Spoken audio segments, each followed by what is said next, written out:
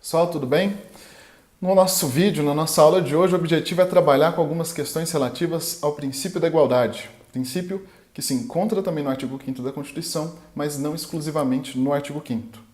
Primeira coisa, então, o primeiro elemento que a gente precisa reconhecer é que o princípio da igualdade é um princípio expressamente reconhecido no caput do artigo 5º da Constituição Federal, mas que tem o seu conteúdo delimitado, tem o seu conteúdo expandido por diversos outros dispositivos na Constituição.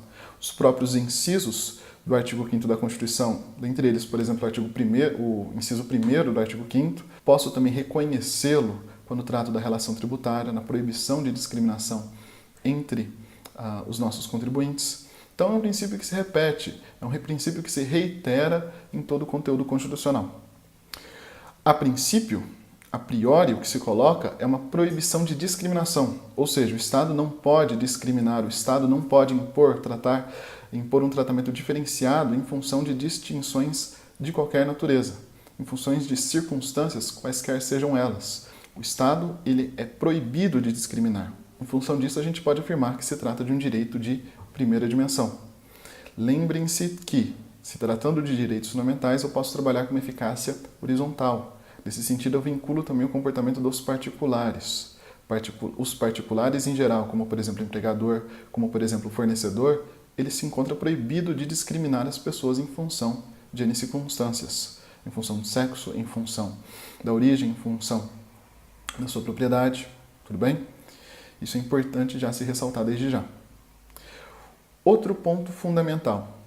Essa primeira visão do direito à igualdade se coloca num primeiro plano do princípio da igualdade, porque o princípio da igualdade ele também é reconhecido num plano como um direito de segunda dimensão, na medida em que o princípio da igualdade impõe também que ao Estado seja incumbido de reduzir diferenças, reduzir discrepâncias entre os sujeitos da sociedade. Ou seja, de nada adianta todos serem tratados de maneira igual, todos serem tratados de maneira impessoal, se na prática a gente acaba percebendo que uns são muito mais hipossuficientes do que outros. Quando a gente percebe que, por exemplo, o empregado é completamente sujeito à vontade do empregador, que, por exemplo, aqueles que tiveram uma origem afrodescendentes, indígenas, têm muito menos acesso às vantagens, aos benefícios, às oportunidades que a sociedade defere do que aqueles que não pertencem a essas categorias. Em função disso, impõe-se ao Estado o dever de realizar as chamadas políticas afirmativas.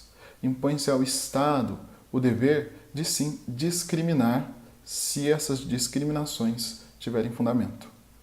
A essa ideia, a essa noção de igualdade, a gente vai dar o nome de igualdade material, que é um direito de segunda dimensão que impõe ao Estado o dever de discriminação nas situações de evidente e prejudicial desigualdade. Tudo bem?